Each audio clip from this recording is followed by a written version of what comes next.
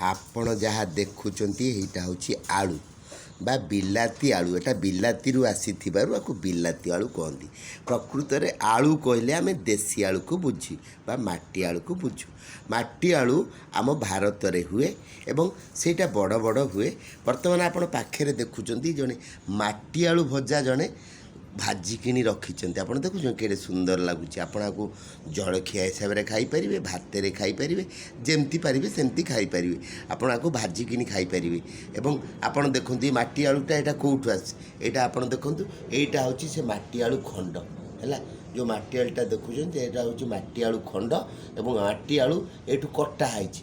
ଏ କଟା ହେଇକିନି ଖଣ୍ଡ ତାର ଏଇଟା ଖଣ୍ଡ ତା ଦେହରୁ କଟା ହେଇକିନି ମାଟି ଆଳୁଟି ଭଜା ହେଇଛି। ବର୍ତ୍ତମାନ କଟା ହେଲା ପରେ ତାର ଅବଶିଷ୍ଟ ଅଂଶଟା ଏଠି ଅଛି ଆଉ ପରେ ଏଇଟା ବ୍ୟବହାର ଲାଗିବ।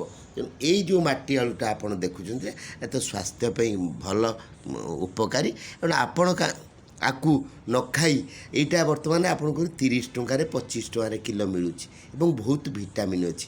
ଏଇଟା କାହିଁକି ଆପଣ 40 ଟଙ୍କା ଦେଇ କିଲୋ କିଣିକିନି ଖାଇବେ। ତେଣୁ ମୋର ସମସ୍ତଙ୍କ ଅନୁରୋଧ ଆପଣମାନେ ଏଇ ବିଲାତି ଆଳୁ କମ୍ କଞ୍ଜମ୍ପସନ୍ କରି ଯେଉଁଟା ଡାଇବେଟିସ୍ ପାଇଁ ହେଲ୍ପ କରେ, ଆପଣ ଡାଇବେଟିସ୍ ରୋଗୀ ନ ହୋଇ ଯଦି ଏଇ ମାଟି ଆଳୁକୁ ଖାଇବେ ତାହେଲେ ଆପଣ ଡାଇବେଟିସ୍ରୁ ମୁକ୍ତ ପାଇବେ, ଆପଣ ଶରୀର ସୁସ୍ଥ ରହିବ ଏବଂ ହଜମ ଶକ୍ତି ହେବ ଆଉ ଭୋକ ବି ମରିଯିବ। ରହିଲି ଏତିକି।